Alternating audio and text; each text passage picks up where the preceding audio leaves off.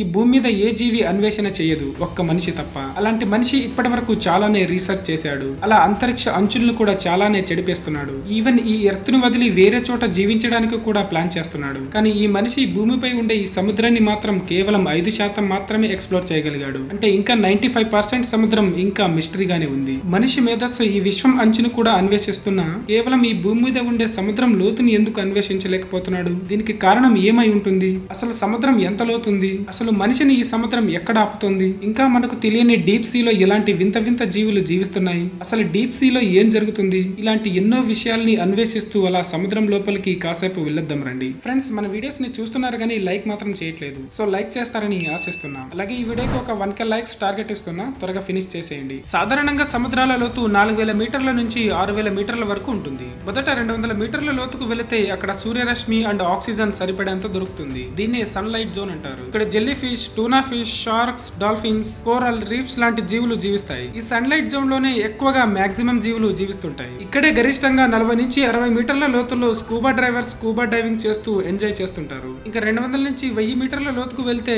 అప్పుడు twilight zone వస్తుంది. ఇక్కడ కొద్దిపాటి వెలుతురు, ఆక్సిజన్ ఉంటుంది. ఇంకా ఈ జోన్ తోనే బయోలిమినిసెన్స్ తో జీవించే జీవులు మొదలవుతాయి. అంటే తమ బాడీలో జరిగే కెమికల్ రియాక్షన్ వల్ల ఇలా మినుగు పురుగులాగా వెలుగుతూ చాలా వింత వింతగా ఇక్కడ జీవులు జీవిస్తుంటాయి. ఈ జోన్ లో జీవించే జీవులే కొన్ని రాత్రిపూట సముద్రం పైకి వచ్చి ఫుడ్ ను వెతుక్కుంటాయి. ఇక్కడ ఎక్స్ట్రీమ్ వాటర్ ప్రెషర్ సముద్రం ఉపరితలం కన్నా 20 రెట్లు ఎక్కువ ఉంటుంది. ఇక్కడే మిలిటరీ సబ్మెరైన్స్ కూడా తిరుగుతుంటాయి. తర్వాత 1000 మీటర్ల నుంచి 4000 మీటర్ల లోతుకు వెళ్దాం. అప్పుడు మిడ్ నైట్ జోన్ వస్తుంది. ఇంకా ఇక్కడికి సన్ లైట్ చేరుకోలేదు, పూర్తిగా చిమ్మ చీకటిగా ఉంటుంది. ఇంకా ఇక్కడితో డీప్ సీ మొదలవుతుంది. ఇక్కడే ఎక్కువగా భయంకరమైన ప్రిడేటర్స్ అంటే వేటాడే జీవులు జీవిస్తుంటాయి. లైక్ పెద్ద పెద్ద పళ్ళతో ఉండే భయంకరమైన fang tooth fish, viper fish, angler fish, goblin shark, gulper eel, giant squid ఇలాంటి భయంకరమైన వేటగాళ్లు ఇక్కడ జీవిస్తుంటాయి. ఇక్కడ వాటర్ ప్రెషర్ భూమి ఉపరితలం కన్నా 100 రెట్లు ఎక్కువగా ఉంటుంది. ఈ ప్రెషర్ కి మనిషి కణాలు, ఊపిరితిత్తులు ఒక బెలూన్ లా పేలిపోతాయి. ఇక్కడ మనిషి సబ్మెరైన్ లో తప్ప బయట జీవించలేడు. ఇంకా ఇక్కడ ఎలాంటి GPS కమ్యూనికేషన్ పనిచేయవు. తర్వాత 4000 మీటర్స్ నుంచి 6000 మీటర్స్ లోతుకు వెళ్తే అబాస్ జోన్ వస్తుంది. ఇక్కడ నుంచి సముద్రం అడుగు మొదలవుతుంది. ఇక్కడ ఉష్ణోగ్రత -2 డిగ్రీల సెల్సియస్ నుంచి 4 డిగ్రీల సెల్సియస్ ఉంటుంది. ఈ జోన్ లోనే ఎక్కువగా అగ్ని పర్వతాలు ఉంటాయి. అవి నిత్యం పేలుతూ ఉంటాయి. ఈ సముద్రం అడుగు బాగానే ఎన్నో విషపూరితమైన టాక్సిన్లు విడుదలవుతుంటాయి. అలాగే ఈ భూమి మీద జీవం మొట్టమొదటిగా ఇక్కడే ఏర్పడి ఉంటుందని శాస్త్రవేత్తల అంచనా. అలాగే ఇక్కడ ఎక్స్ట్రీమ్ వాటర్ ప్రెషర్ కూడా భూమిపై ఉన్న ప్రెషర్ కన్నా 600 రెట్లు ఎక్కువ ఉంటుంది. అందుకే ఇక్కడ అధిక ఒత్తిడిని తట్టుకునే జీవులు మాత్రమే ఇక్కడ బ్రతికే సామర్థ్యం కలిగి ఉంటాయి. ఎలిఫెంట్ ఇయర్స్ ఆకారంలో ఉండే అరుదైన డంబో ఆక్టోపస్, పెద్ద ఆకారంలో ఉండే సీ బగ్, సముద్రపు ఫ్లోర్ ని క్లీన్ చేసే డీప్ సీ కుకుంబర్ లాంటి జీవులు ఇక్కడ జీవిస్తుంటాయి. అలాగే ఇక్కడ హై వాటర్ ప్రెషర్ ఉండటం వల్ల సాధారణ కమర్షియల్ సబ్మెరైన్స్ ఇంకా ఇక్కడ పనిచేయవు. జనరల్ గా సముద్రాల లోతు 4 నుంచి 5 కిలోమీటర్స్ వరకు ఉంటాయి. కానీ 11 కిలోమీటర్ల లోతు ఉన్న సముద్రపు లోతుని కనుక్కున్నారు. అదే పసిఫిక్ మహాసముద్రంలో ఉండే మెరీనా ట్రెంచ్. ఈ మెరీనా ట్రెంచ్ లోతు 11 కిలోమీటర్లు. 11 కిలోమీటర్లు అంటే ఎంత లోతో అర్థం చేసుకోండి. ఇదే మనిషి ఇప్పటి వరకు కనుక్కున్న అత్యంత లోతైన సముద్రపు లోతు. ఈ ప్రదేశానికి కేవలం ఇప్పటి వరకు 3 మాత్రమే చేరుకున్నారు. వారిలో ఇద్దరు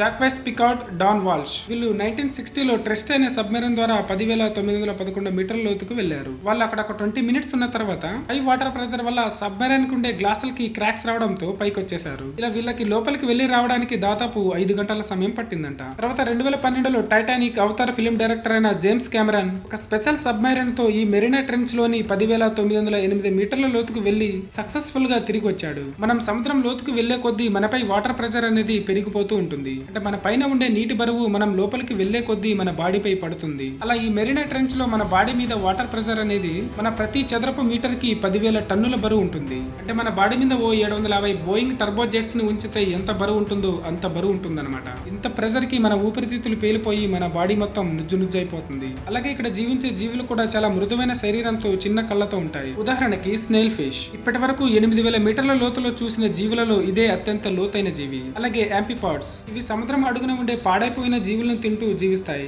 మనిషి కనుక్కున్నది ఇక్కడి వరకే. కానీ ఇంతకన్నా లోతైన ప్రదేశాలు ఇంకా ఉండవచ్చునని శాస్త్రవేత్తలు చెప్తున్నారు. ఓకే, ఇది మీకు తెలుసా? సముద్రంలో నదులు మరియు జలపాతాలు కూడా ఉంటాయి. సముద్రంలో నదులు, జలపాతాలు ఏంటని ఆశ్చర్యపోతున్నారు కదా. కొన్ని చోట్ల salt and hydrogen sulphate mix అవ్వడం వల్ల ఆ వాటర్ అనేది చాలా బరువుగా మారుతుంది. ఆ బరువుగా మారిన ఆ వాటర్ కిందకు చేరుకుని నదుల్లా ప్రవహిస్తున్నాయని శాస్త్రవేత్తలు కనుక్కున్నారు. అలాగే ప్రపంచంలోనే అతిపెద్ద జలపాతం కూడా సముద్రంలోనే ఉంది. ప్రపంచంలోనే అతిపెద్ద జలపాతం అట్లాంటిక్ మహాసముద్రంలోని గ్రీన్లాండ్ మరియు ఐస్లాండ్ మధ్య ఉంది. ఈ జలపాతం సుమారు 3.5 కిలోమీటర్ల ఎత్తు ఉంటుంది. ఇక్కడ ప్రతి సెకండ్ కు 5 మిలియన్ల క్యూబిక్ మీటర్ల నీరు ప్రవహిస్తుంది. ఇది నయాగారా జలపాతం కన్నా 175 రెట్లు పెద్దదంట. అలాగే భూమిపై కన్నా సముద్రంలోనే ఎంతో విలువైన సంపద, సంస్కృతి ఉంది. ఎన్నో పురాతన నాగరికతలు సముద్ర సముద్రం మట్టం పెరగడం వల్ల భూకంపాల కారణంగా నీట మునిగాయి. అలాగే సముద్రం అడుగున methane hydrates, rare earth minerals, బంగారం, ఎంతో విలువైన లోహాలు ఉన్నాయి. ఇది మీకు తెలుసా? మనకు కావలసిన ఆక్సిజన్ 75% కేవలం సముద్రం నుంచే వస్తుంది. అలాగే మనం ఇప్పుడు వాడుతున్న 90% ఇంటర్నెట్ కూడా సముద్రం నుంచి వేసిన కేబుల్స్ ద్వారానే వస్తున్నాయి. సముద్రపు నీరు మనకు తాగడానికి పనికి రాకపోవచ్చు, కానీ ఇదే సముద్రం నుంచే మనకు జీవధారమైన వర్షాలు వస్తున్నాయి అండ్ మనకి ఫుడ్ దొరుకుతుంది. కానీ మనం మాత్రం ఈ సముద్రాన్ని మెల్లమెల్లగా ఒక డస్ట్బిన్ లా మార్చేస్తున్నాం. ప్రతి సంవత్సరం ఎంతో ఇండస్ట్రియల్ వేస్ట్ సముద్రంలోకి కలుస్తుంది.